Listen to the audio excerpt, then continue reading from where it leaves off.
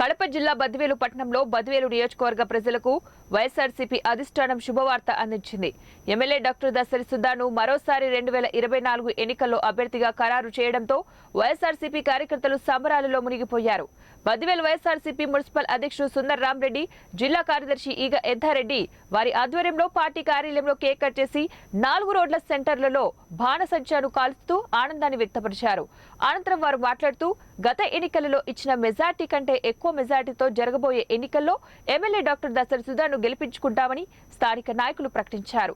ఈ సందర్భంగా MLC DC Govindareddy, MP Avinash Reddy, CM Jaganmohan రెడ్డికి అభినందనలు తెలిపారు.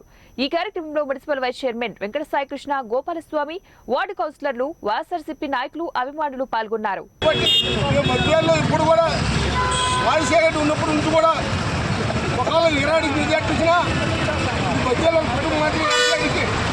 ఎక్కువ మెజార్టీ ఉంటే కాన్సెప్ట్ బద్వేలు జిల్లాలో కూడా. కాబట్టి ఈ బద్వేల్లో గోవింద సార్ కంచి కోట ఇది.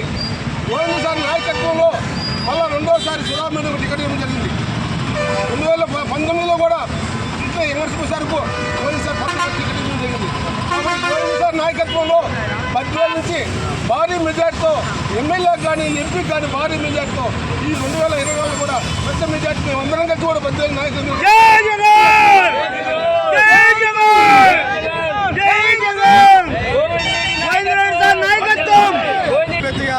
డాక్టర్ సుధా మేడం నియమించిన సందర్భంగా మా మున్సిపాలిటీ నాయకులు అందరం కూడా బాగా సంబరాలు చేసుకుంటున్నాము.